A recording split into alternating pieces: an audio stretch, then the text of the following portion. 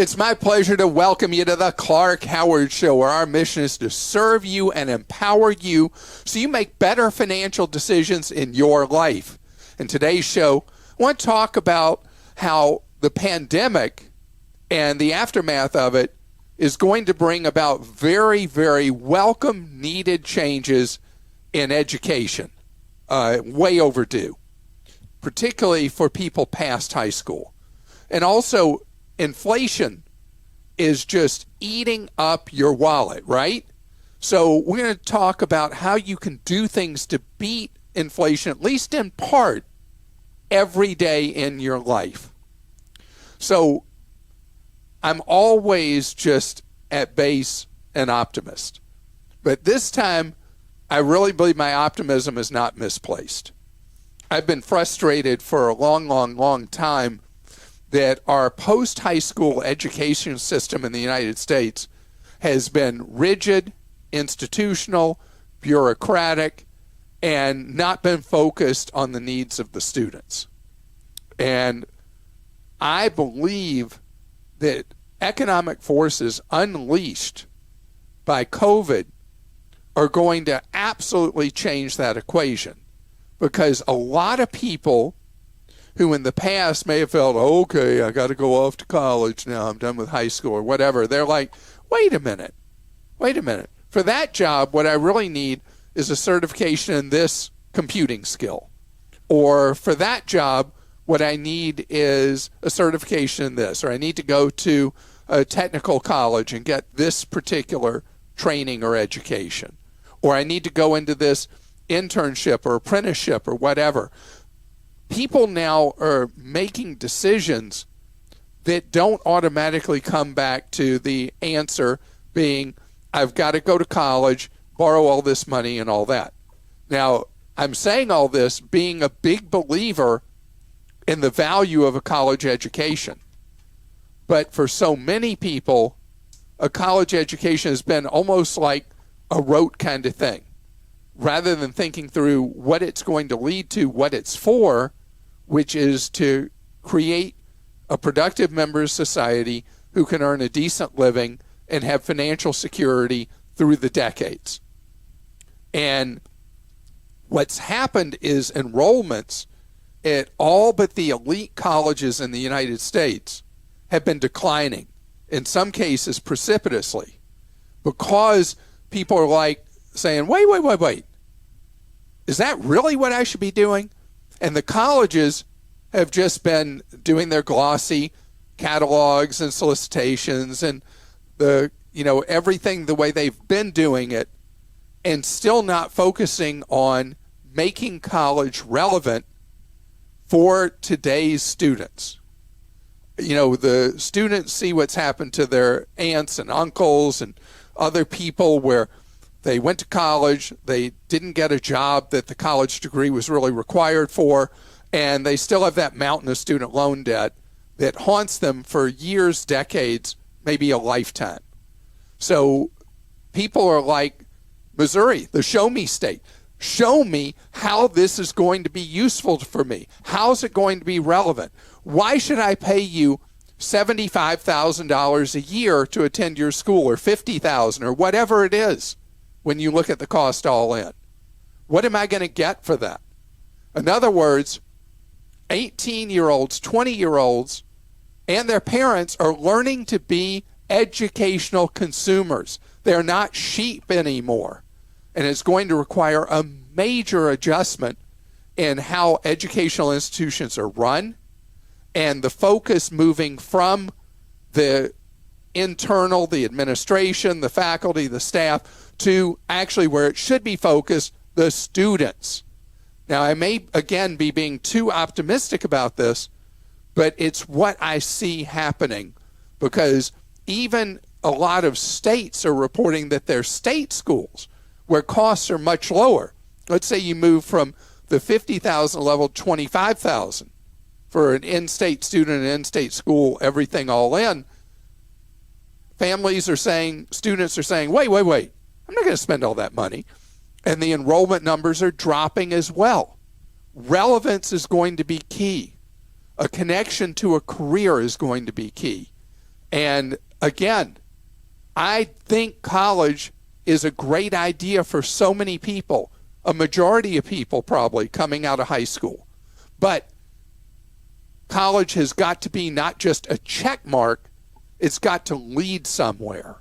And I think we're going to move into an era where it is about that. And Christa, your daughter goes to one of those elite schools in the country where like 3% of applicants get accepted or something. Is it 3? I think, well, this year it was like 5, I think. 5%. It was crazy. But I'm so proud as well of my nephew. I think I might have mentioned him before. I'm not sure if I did in the podcast, who decided he just didn't want to do the traditional college, and he went to welding school, and he just graduated, and he got a fantastic job, and he's going to be able to travel all over the country all the time, which he loves travel like you do.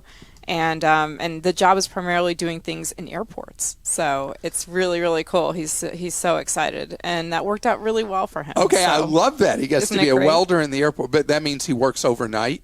I don't know the answer to that. Okay. But I'm thrilled for him, and he's really excited. So we'll go to some questions. This one's from Sean in Illinois. When you rent a car in Florida, the tolls have no cash lanes, and rental cars provide no transponders. The car rental agency ends up mailing the $1 toll with the administrative junk fee of $10, making all the tolls go from $1 to $11 or $12. How do you get around this problem? Sean, this is such a frustration for me, and there's something that you need to know about, and it's a multi-state portable toll reader that I've had it for a couple of years, and it's called the UNI, the UNI. I bought mine on Amazon. They're sold on eBay, different places. It's something that is actually done by one of the toll authorities in the state of Florida, but it works in most states on the eastern seaboard and some in the Midwest. There's nobody who's put together a full national portable toll reader, but the way this works is it's got those suction cuppy kind of things that you put on the windshield right under the rearview mirror, and you register that rental car to it, the tag number, what kind of plate number, the kind of vehicle it is, stuff like that. And then you go through those tolls and you're billed only the actual toll rate. There's no monthly fee for the uni, and it has saved me so much money avoiding these absolutely extortionate ripoffs. I had the same thing happen. I got it when I was in Virginia, in the Tidewater area of Virginia, and I got hit with the $10 charge. For, in that case, it was a $2.50 toll. So a $2.50 toll cost me $12.50, and you didn't have to hit me in the head twice. You had to hit me in the head once, and that's when I found the uni. But it just is crazy that we don't have a cooperative effort with a nationwide toll reader that people can have that works anywhere in the country like they do all over Asia, all over Europe. In fact, we may be the only major country in the world that doesn't have a nationwide toll reader that is a portable one that you can carry with you. And I know when I've rented cars in states with this, they do often offer the transponders for a fee, which is hefty. And so if you don't have one of these for some reason, or there's not one for that state, I always map out where I'm going to go and see if I'm actually going to need it. Because a lot of times I'm not even going to need it. And so you pay for it and then you don't use it. Well, you know, I was just in Southwest and South Florida, and what I did was I set the GPS on my phone. I was in a rental car, set the GPS on my phone to avoid tolls. No tolls, yep. And one of the drives from Southwest Florida over to Fort Lauderdale, it showed me that the drive would be an extra 44 minutes long. So I popped up my portable toll reader, and I paid the toll. Yeah, that makes sense. This is from Wesley in Louisiana. Hi, Clark. I'm the president of my neighborhood HOA. Most residents are owners' residents, but there is one rental in the neighborhood. I'm getting many complaints about the condition of that home and their tenants' parking. The HOA vague covenants don't give me many options, and the owner, who's a lawyer, has been unresponsive. Since the rental is in the name of a business, do you think it would be a good idea for neighbors to organize a picket in front of the business? That I would not do, Wesley. First of all, the owner of this property is a lawyer. That would be a terrible idea to do something where you got a lawyer fired up who might come and sue many of you individually and collectively as an HOA. I'm gathering from what you've said that your HOA is a voluntary HOA, not a mandatory HOA. If it's a mandatory HOA, you have covenants. The board can pass many restrictions. You have the ability in a mandatory HOA to issue fines. If you are a voluntary HOA, you don't have those kind of things you can do. What you should do is see if the parish you live in Louisiana can cite the property owner for any property violations. Almost certainly there could be things that are health or safety related if this property is really being maintained very, very poorly. The other thing is if you are a traditional mandatory association, you almost certainly have a property manager who has access to a lawyer you can consult with and see if there's any particular action you can take against this errant homeowner, absentee homeowner. But this is, even though I love in certain situations the informational picket in front of a business, that's one step too far removed to do it in this case.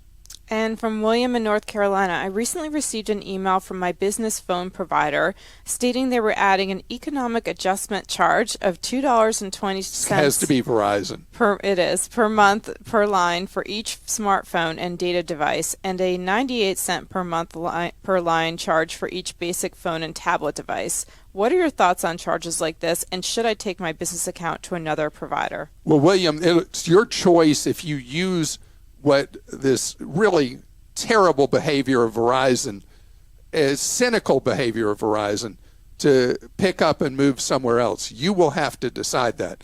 But what's happened, T-Mobile is prohibited from raising rates right now because of their purchase of Sprint. They're under a prohibition for several years raising rates.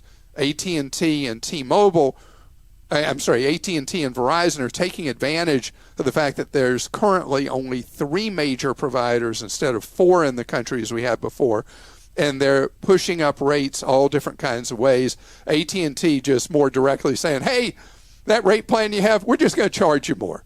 And Verizon coming up with the junk fees. They've made it clear at Verizon in their conversations with the financial community that they expect they'll have no blowback from customers at all. They're hiding behind inflation, where the reality is providing cellular service has been going down in cost, not up.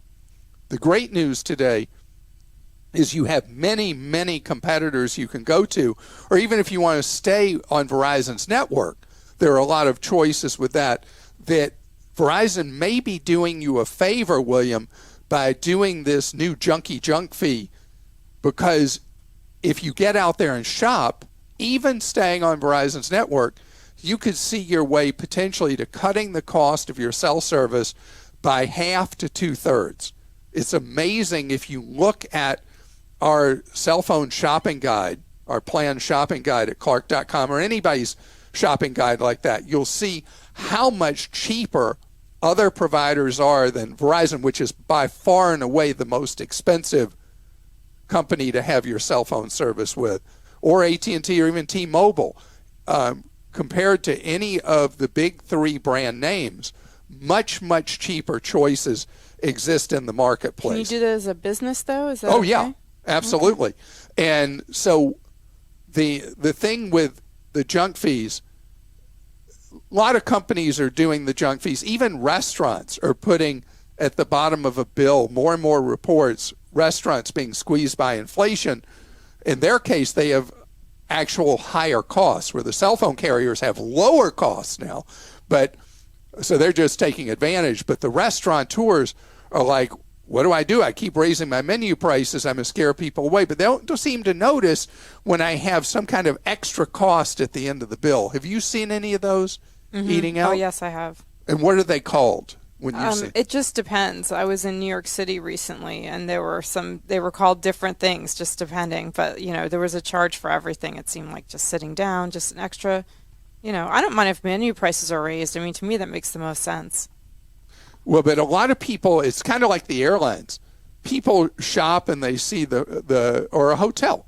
They see the price of a hotel room per night. They see the cost of an airline ticket, and they don't really calculate in the junk fees for baggage, the junk fees for breathing, the junk fees for a seat daily assignment. Service charge. Oh, the hotel ones? Oh, my gosh. Daily amenities fee, resort fee, urban. Right. One of them I saw recently was an urban facilities fee.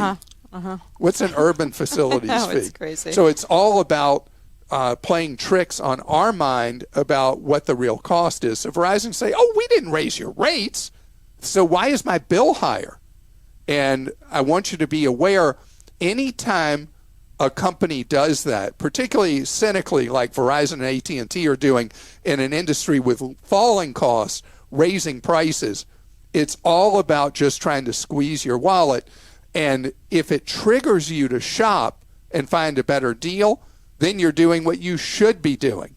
And by the way, Verizon, AT&T, you're welcome to come on the podcast and tell me why I'm wrong about why it's so much cheaper for you now to deliver service because of all the 5G you've been building out, and try with a straight face to tell me that your costs did not collapse. There's so much cheaper to deliver service to people because of the new 5G technology versus 4G LTE. I mean, if you want to try to say that with a straight face, you're welcome to do so on our podcast. Speaking of which, coming up next, we're going to talk about inflation and what you can do about it. What are the things happening with inflation that are tricks of the trade that you can't defeat inflation, but you can manage it at least in part. Inflation is testing all of us, and this inflationary era is something that has so many causes. You can't blame any one thing, any one person, but it is a collection of things that all really got kicked off, obviously, by the pandemic, has been impacted by mistakes that the Congress and the president made with pumping too much money in the economy, the Federal Reserve pumping too much money in the economy. We have the chip shortages. We have various supply chain disruptions. We got the problems in China. And all these different things happened. Workplaces having to shut down because of an outbreak of COVID. We've got Putin invading Ukraine and the massive impact that was like piling on everything else that happened. And so it's not any one thing that will get inflation under control. But I want to make it clear, we can and we will get inflation under control. It's just a matter of how much pain it is along the way and how long it takes. And that's unclear.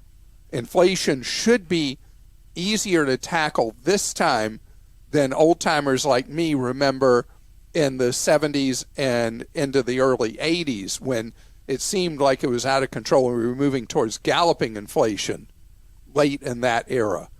And I believe that we will have a less painful time getting inflation under control than the last big wave. But we will have pain getting there. And it's like, what do you do about that pain? Well, first of all, in the midst of it, there's so many economic dislocations that there's a lot of areas of the economy where things are actually going down in price while most things are going up. Anything for the house. You think about mattresses. A lot of these mattress companies are going to go bust because they've scaled up to manufacture. There's now far more mattresses available than there are people who need beds to sleep on.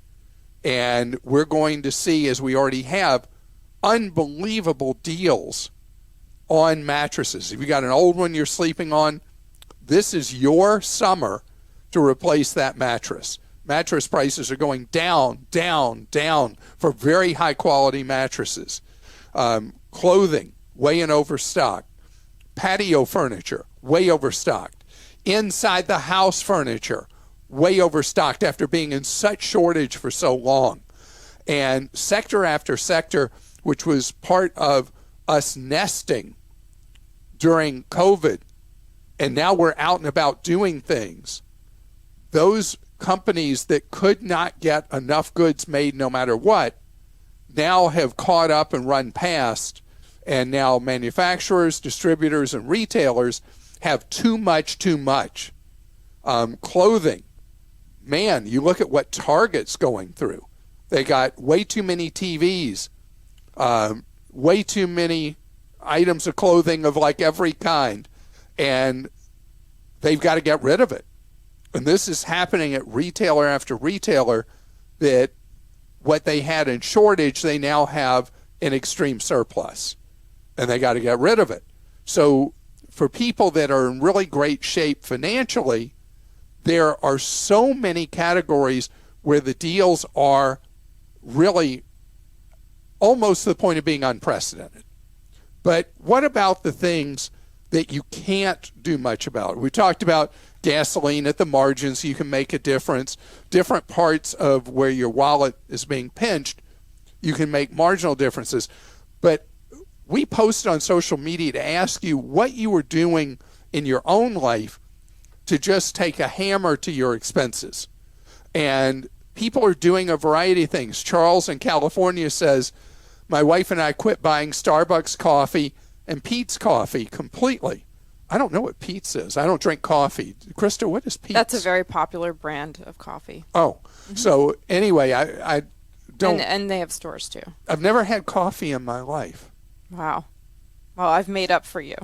So, I mean, that's something that they've done over and over again, like Margaret in Michigan, Marianne in Rhode Island, Debbie in Georgia. They're all talking about how they're cutting back on road trips, consolidating trips, being thoughtful about when they take a trip. People have been cutting back on eating out. We see that from person Anna after person. in Arizona said she's not eating out at all anymore. Merritt in Washington has been able to cut his or her grocery bill, because Merritt could be either, right, man or woman, has cut his or her grocery bill in half. And you can do that. I mean, you can, if you're somebody who's not eating out a lot and you depend on the grocery store, we've talked about all the strategy with groceries to reduce the cost from where you shop to what you buy to when you buy those items. Frank in, where is Frank? Frank's in Florida. Florida is doing more streaming and less time out of the house. What I hate that if it takes you from socializing with other people, which can be free. But maybe it also means he's not going to the movie theater and spending all that much money that you would spend streaming movies. Do people still go to free. movie theaters? I went to the movie theater for the first time very recently that I've gone since before COVID happened. What did you see? I saw the Downton Abbey movie with a couple of my friends who are big. You don't even know what that is, do you? It's some kind of British thing about 100 years ago or something with the rich It's people a masterpiece and the show. Yes. poor people. Love it. I love it. And my son was my son and my husband went to see Top Gun, which a lot of people are going to see, the new Top Gun movie, and they love that too. I'm too dull to go to a theater. But it was expensive.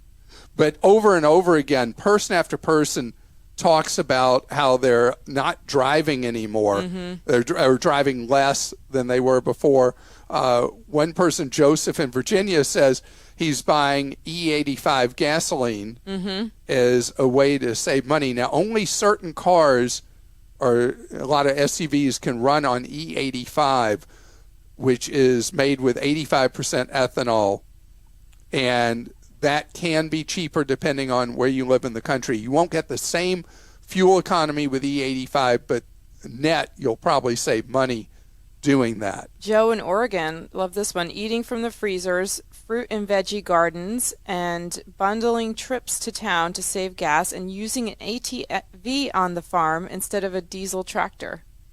That's a lot. That is a lot of things. And so each of us will adjust in our own way with with expenses. And one thing we saw back in 20 was it was shocking to people how much of the money they normally spent in a month was actually money that was discretionary. And so some of those things you learned 2 years ago, you can use now with inflation, because you and I cannot single-handedly get rid of the inflation we're having in different sectors, but you can control what happens with your own wallet. And those were just a small sampling of the things that people posted on our request on social media of what they're doing to reduce costs in their own lives. I know a lot of people who want to do more to fix up their homes or whatever, get new furniture, and so they're selling their old furniture on Facebook or other in private groups or in other places, and then buying used too on those groups, like clothing, anything you can get, and you get such deals. I mean, I do that quite a bit. So it's a real money saver. One thing that for a lot of people is like a line they won't cross. They won't buy upholstered furniture that's used. Well, I think you can clean it. I have a little upholstery cleaner that I could use, but well, you know, we have almost all used furniture in our house, as you've seen, and the upholstered stuff we did have deep cleaned. Yeah. After we bought it used. Always a good idea.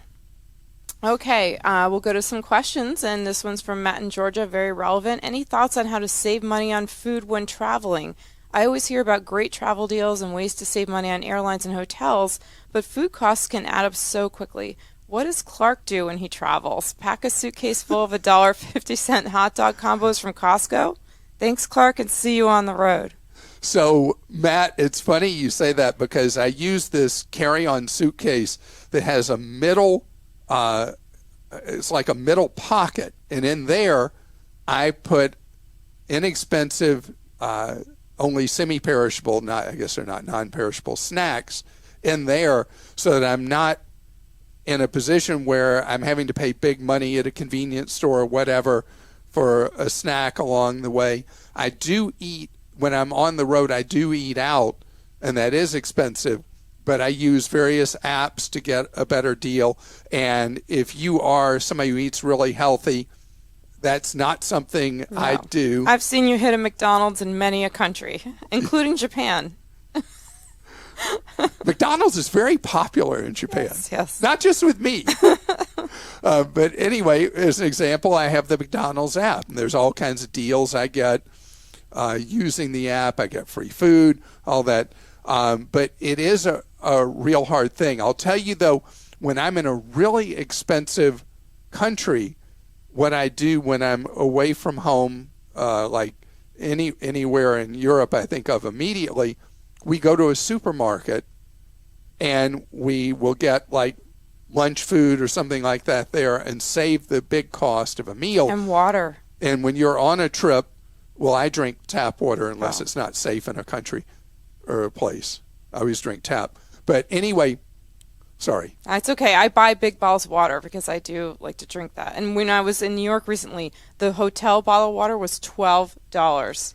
And the tap water in New York City is the best in America. You should just be drinking the tap. Well, actually what I did was I bought a big bottle at it was super cheap at a convenience store or whatever it was, and then I refilled it from the tap. But I like to have a bottle. I forgot to bring my medal. Anyway, It's not about me. Sorry, go ahead. It's not? I thought this is all about you. Not the Christa show. You sure? Mm-hmm. All right. So, it could be. No, it'd be more fun for people. No? Anyway, in short, there are strategies you can use even when you're away from home. And the supermarket is my favorite one when you're away from home to save money on food when you are on a road trip or you've gone somewhere else. And this is from Wendy. She says, I recently stayed at a hotel. They required a $200 charge to my credit card for incidentals that would be returned if not used. So it seems like I was manipulated into making an interest-free loan to a multi-million-dollar company. Is this practice legal? What recourse do I have to prevent this from happening? So, Wendy, unless the person at the front desk made a mistake, they don't actually charge your card the $200. They put a hold. They get an authorization for that amount of money. And that authorization vanishes in a few days. That's why it can be brutal for someone with a debit card, using a debit card at a hotel front desk, because if they put a $200 or $500 hold on the card, it means that amount of money that you would normally have available to use from your checking account is blocked for several days till that hold is lifted.